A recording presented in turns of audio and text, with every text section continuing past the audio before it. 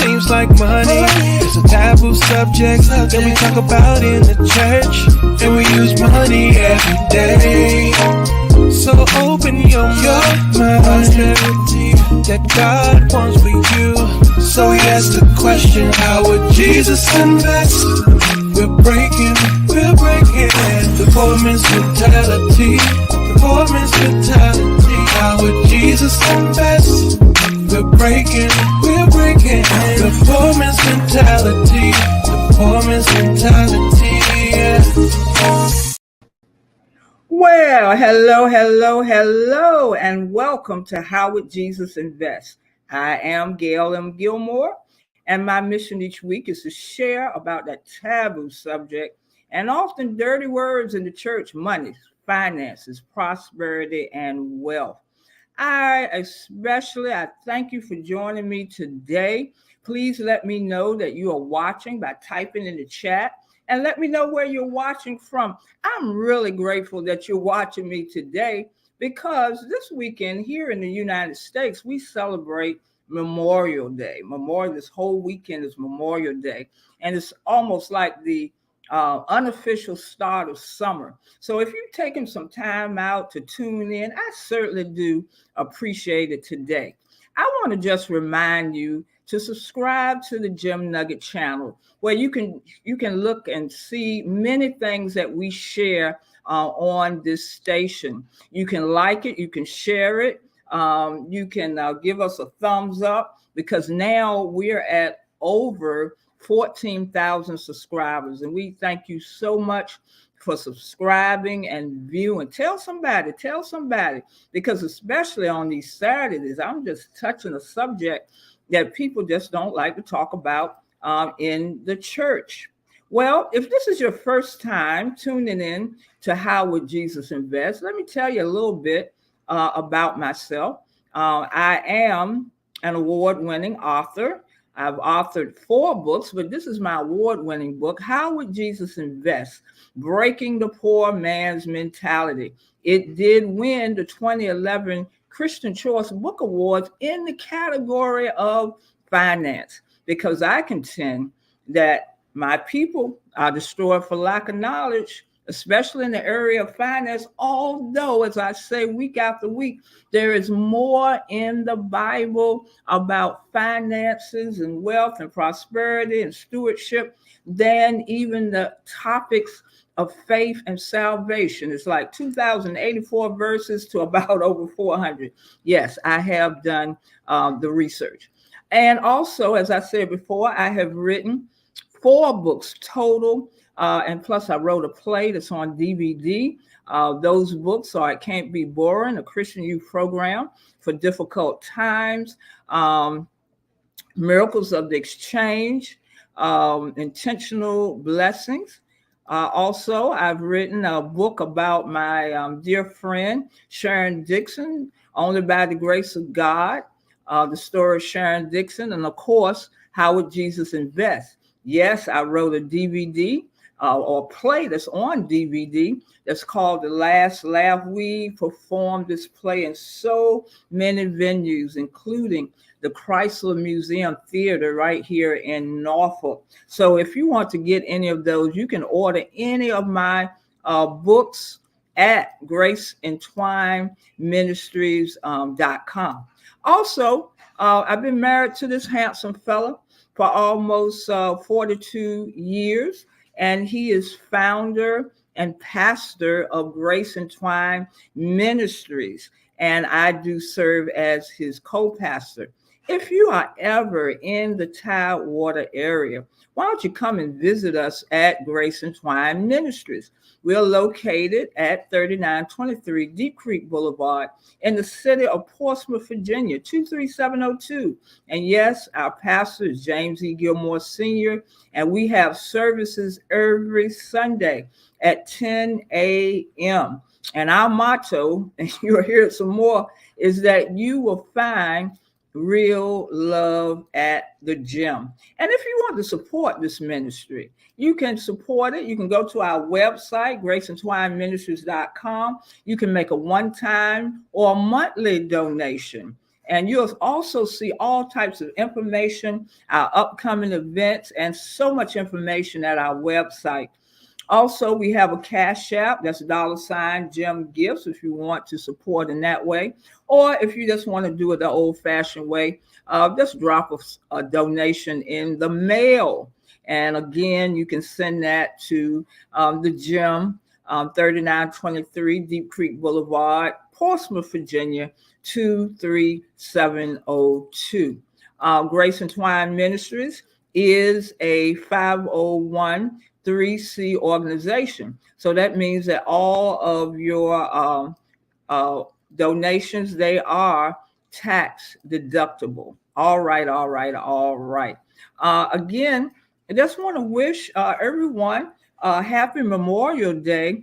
I like this verse: the memory of the righteous will be a blessing. Proverbs 10:7a. Well, because, on Memorial Day, we just don't honor those in the military, but we honor really all of those members we have, even the family members. I remember back in the day where on Memorial Day, our families would go and clean off the graves and things of our loved ones, as well as remembering those that, sacrificed their life for the freedom of this country. And what I do want to share is that on last year, Grace and Twine Ministries, we were honored to be in one of the longest running parades in this country. And it happens right in Portsmouth, Virginia. And so last year, we were in the 139th parade, Memorial Day parade.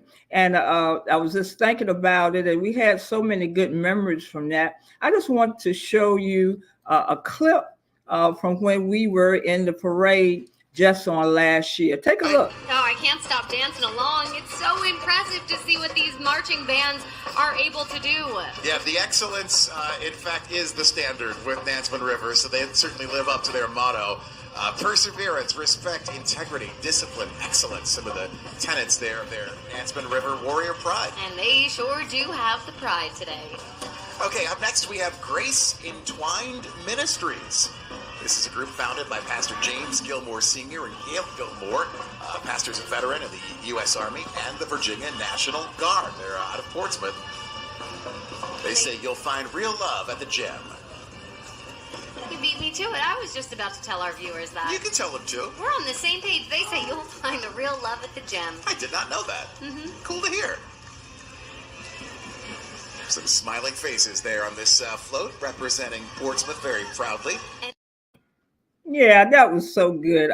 We just had a lovely time. Now, those dancers in the back, they weren't part of Grace and Twine Ministries, but we had a wonderful time just representing, because I think by this time, everybody knows that you will find real love at the Gym. Well, I'm getting ready to get into our sharing on today. Today, it's ant season. It's ant season. As we talk about our finances, it's ant season. And I wanted to make sure y'all see it's A-N-T. It's not A-U-N-T. It's not aunt, but it's ant season. We're talking about that little fella, that little insect that is called an ant. And, from Proverbs, most of what we're going to talk about is centered on Proverbs 6:6-8.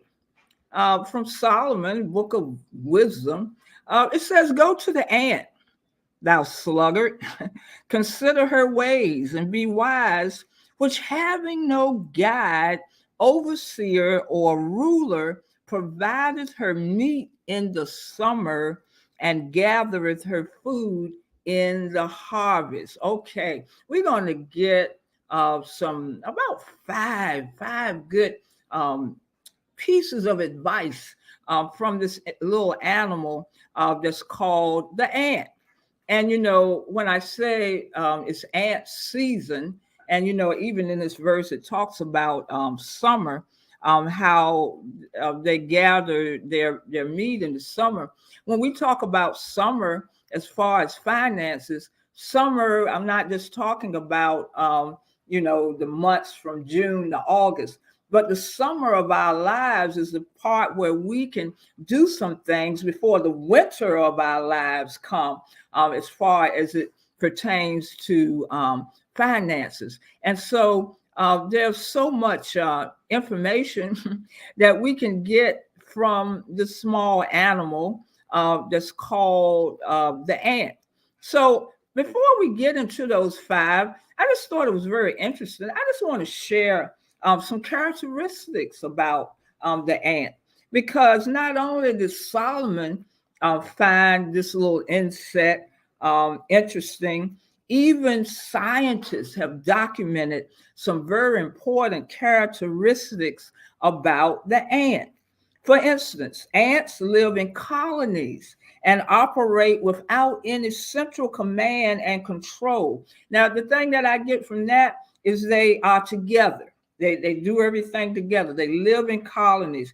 And the other thing is that they don't have anyone like in charge to tell them what to do. It seems like it's instinctive, the things that they have to do. No ant has power over another ant. There's some other groups of insects like the bee. You have a queen bee, you say you got the worker bee, but the ants is a group of insects.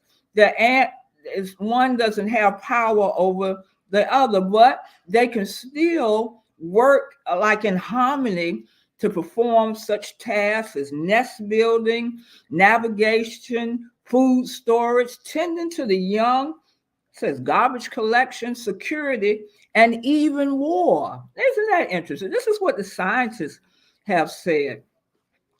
And, and another thing that the scientists thought was very interesting, that they can build huge nests or even a big anthill, and these things are bigger, than they are. They talk especially about the red ant.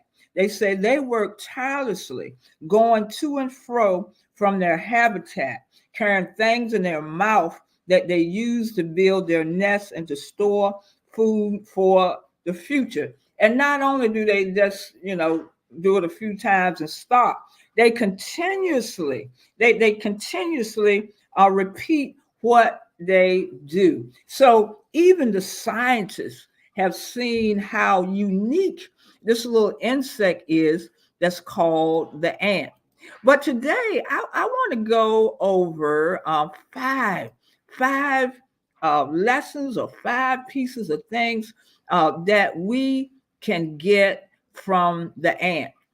And then the first thing, one of the things that we can get from the ant is to save small amounts of money regularly, and eventually you will find that has accumulated to a big amount. Let's start a little bit at a time. Like you're looking at these ants right here now. They do something daily. They bring in materials to build, pieces at a time until they have a huge nest. And that's what you heard that term, building a nest egg. And so they save small amounts, and that's what we need to do when it comes to saving.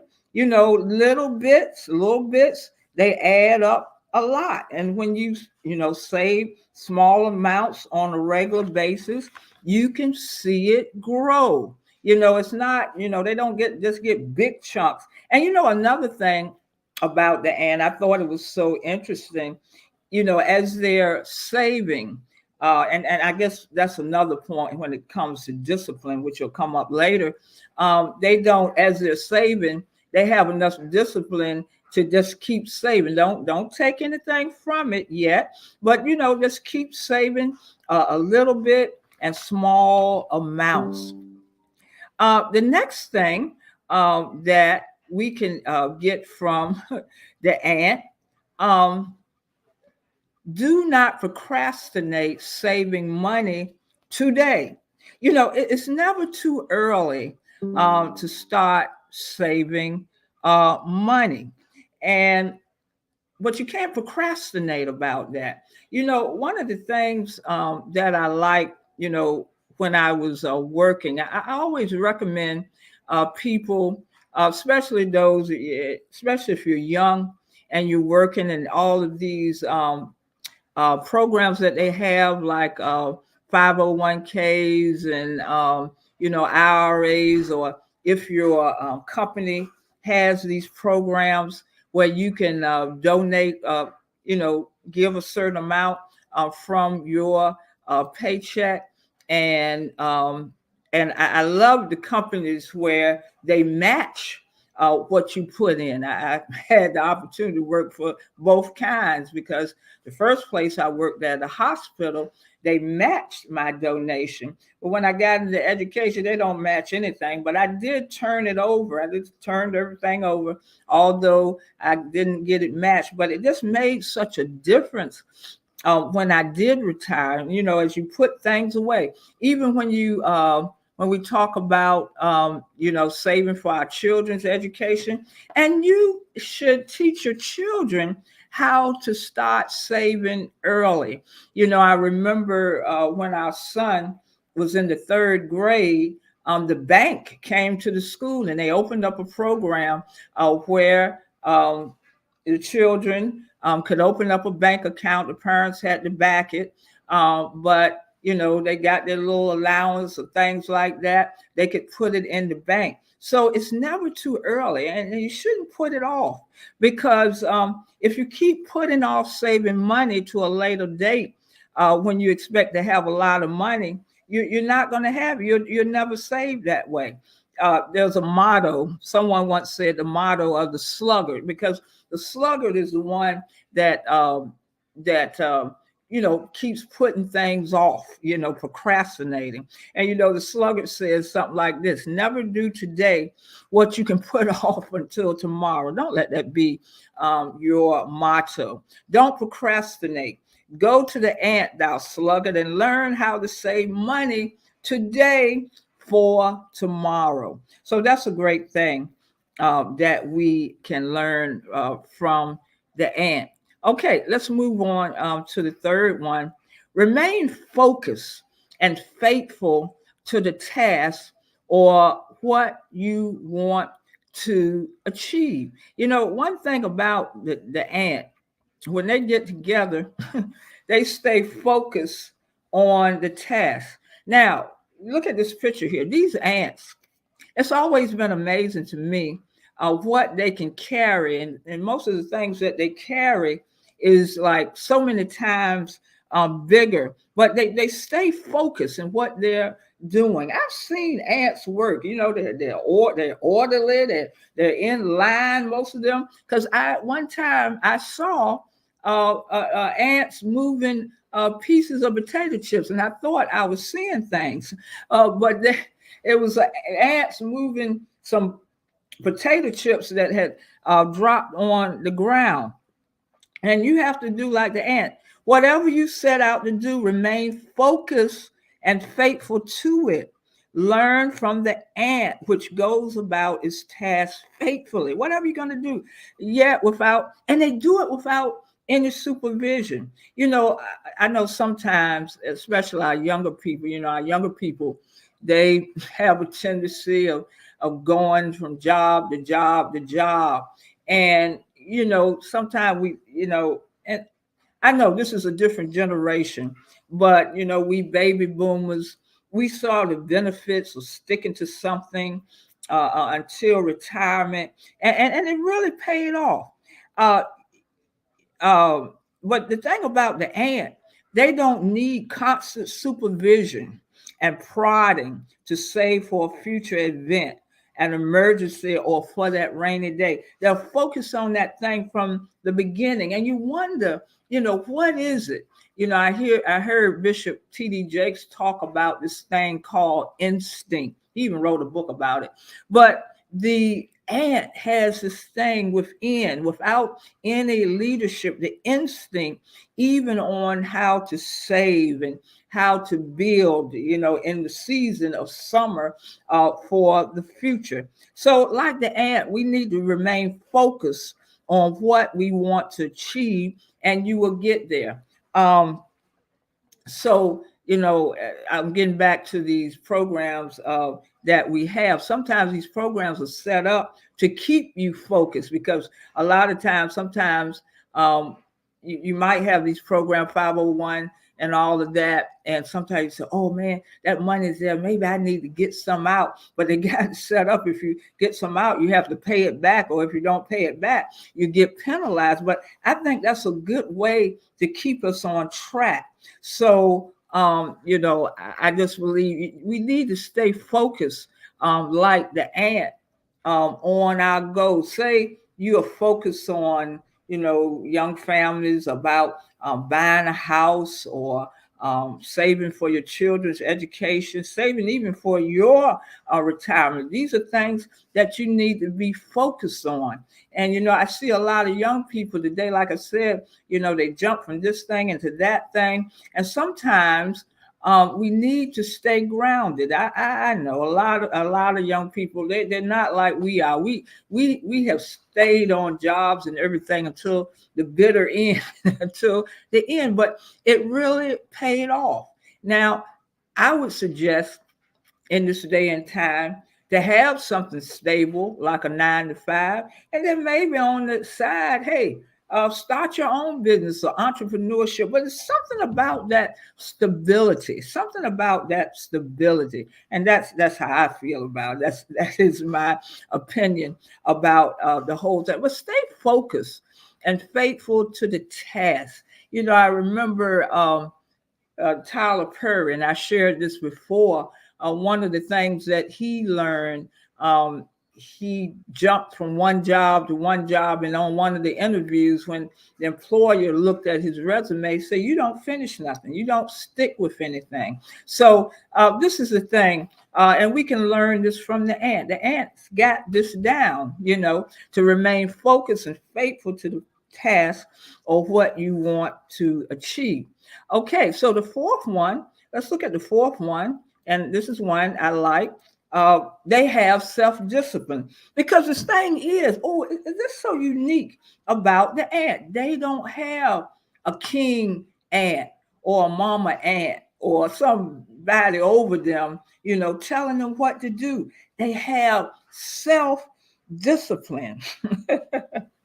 And they are very self-disciplined creatures. You're not going to find ants, wandering around idle and aimlessly. They have self-discipline. This is so important in whatever they do. The same lesson can be learned about having self-discipline and saving money. This means having self-control or self-discipline in your spending, okay? Because, even if you're saving, it's just that thing, oh, I got this, I want to spend it. But there's some things when we talk about this practical things, when we talk about self-discipline, these are some things that we can do. And maybe you want to take some notes on this in order to have more discipline. Establish a personal budget. Set financial goals and stick to it. That's a way to stay disciplined. We talked about budgets before, because even when you have a budget and you have something to look at as a guide, now you might deviate from that once in a while, but when you have something that you can look at, it tends to keep you disciplined. Just like when we talk about tithing, this is the thing I know. When I get paid, that 10th goes to God. I got to do that tithe. I know that this house payment is coming out, this rent is coming out, I got this car note, I got this budget, and it keeps you disciplined. It keeps you focused on what you need to do in your spending as well as your saving. Buy only what you really need and have planned to buy. Do not buy on impulse. Now, this is another thing, and I have done this. when I go to the grocery store, I have a list. I have a list, and there might be one or two items I might add, but most of the time I stick to that list. Only buy what you really need and have planned to buy. Because a lot of times, if you don't have a list, especially if you go to the grocery store and you kind of hungry, no, don't go to the grocery store hungry either. But when you have that list, it keeps you disciplined. Shop wisely. This means buying in bulk. Compare prices and buy at local supermarkets that offer good discounts, customs, loyalty programs, and at fresh produce markets. That thing about buying in bulk is good. Those of you that have families, I really suggest, like if you have a Sam's Club or BJ's, and sometimes they offer, I love it when I go to Sam's sometime, and because I'm with them, they'll say, you've earned this cash. And about $10 or $15 come off my bill. I'm like, yeah. But it's ways to do it. This is another one. I know y'all ain't gonna like this one, but you probably want to do this more now because the news is about even the fast food places. Cook your own meals at home. That'll help you stay more disciplined. And also, you don't have to buy all that Starbucks. Go ahead and get your coffee maker and do your own coffee too. But cook your own meals at home. That'll keep you disciplined, because I tell you, McDonald's used to be cheap, but they're not cheap no more. They are not cheap. Just this past week, had some hamburger. I cooked some quarter pounders and put some chips. I even put the buns in toasted a little bit. I said, oh yeah. So, cook your own meals at home. I tell you, some of these places trying to come up with these value meals, but I tell you, it is high. Try not to have excessive debt. This includes having many credit cards and buying on credit terms. More and more of us are turning back to cash. If you don't have the cash, well, I don't need it. Okay. So stay away from those credit cards as much as possible, because those interest rates, the rule about credit cards, except for a mortgage or a car payment, if you have these other little credit cards, it's best when you do use them to pay the balance off each time. So that means you shouldn't put that much credit on there. But try not to have excessive debts, because that interest will kill you. All right. Discipline yourself on spending less on non-essentials and things that will not help you achieve your goal of saving money. Now, there are some things that you purchase that will help you make more money. And those are the things that will help you appreciate your money, rather than depreciate. There's something, it's just like just sharing some tips with you. I know we might want to get, the most expensive car. Now, you go to a place like CarMax, and you probably can get that BMW or that, whatever it is, a Mercedes. Good deals on them. Because, if you buy a brand new vehicle, by the time you left the parking lot, you've already lost so much value. So, there's something, because sometimes we tend to just buy things to say, oh, we got this and we got this high price thing. And it's going to serve the same purpose. Guess what? The Honda is going to take you as well as the Ferrari and the Lamborghini. I'm just saying. So discipline yourself on those non-essentials. Don't spend money on brand names. Don't spend, because all you're doing is paying for the name. You need a shoe to put on your feet. If you got it like that, that's okay. The red bottles, most of the people ain't gonna see the bottom of your shoes. I'm just saying. I know it sounds crazy, but discipline yourself on spending less on non-essentials. And what is the last advice that we get from the ant? Work, work, work.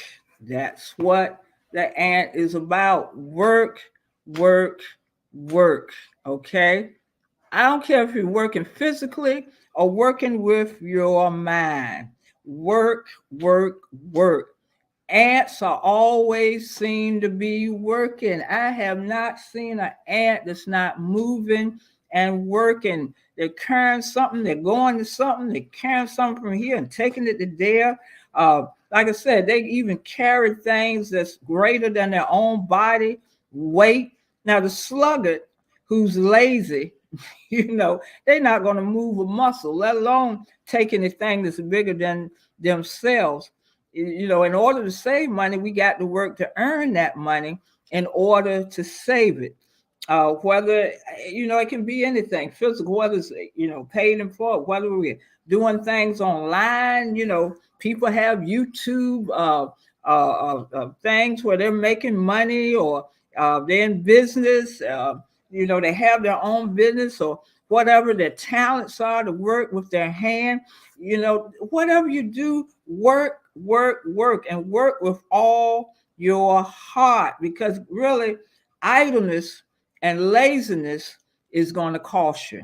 Because if the ant stop working in the summer, they're doing all their work, guess what? In the wintertime, they might die, because they have not saved anything and they have not worked. The same thing with us.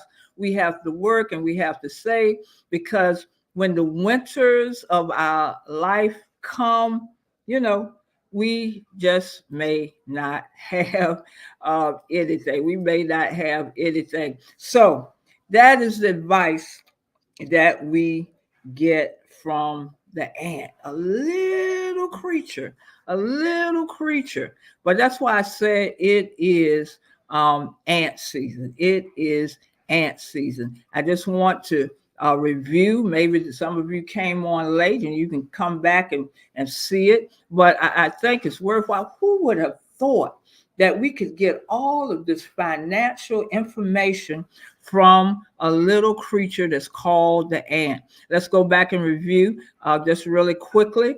Like the ant, save small amounts of money regularly, and eventually you will find that it has accumulated to a big amount. I love it. Like I said, going back to those programs like 501ks, IRAs, and you put stuff away and you do it on a regular basis, and you are surprised. You just put it away and you forget about it. And then by the time you get to see, or it's time for you would be amazed about how much you have saved without even thinking about it that much, just regularly saving. And then do not procrastinate saving money. It starts today. You need to start your children now. I love that our children's godparents, they started with the savings bonds.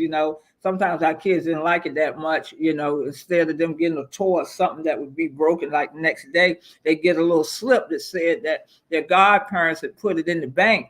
And by the time, they got grown and stuff, it was like, wow, some of it could help with their education. Even if they didn't go to school, they had it in that bank account for them to use. So don't procrastinate, even with your children. I encourage them to start saving early, not just spending everything, but saving early.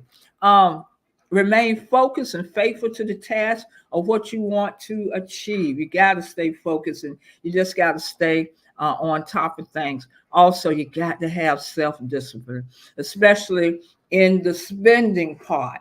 And also, it's going to take work. You got to work. Remind me of that song by Rihanna. Work. Well, anyway, but the ant knows about working. So these are the things. Again, it is ant season.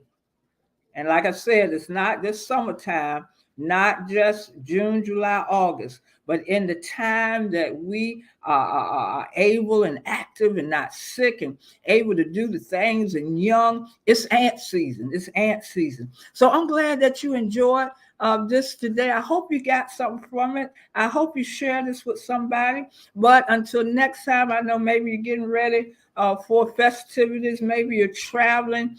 Maybe you're getting ready to go out on the beach if it's warm where you are, because it's really like the unofficial start of summer. But I am glad that you join me for How Would Jesus Invest?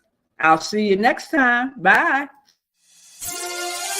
It seems like money is a taboo subject that we talk about in the church, and we use money every day.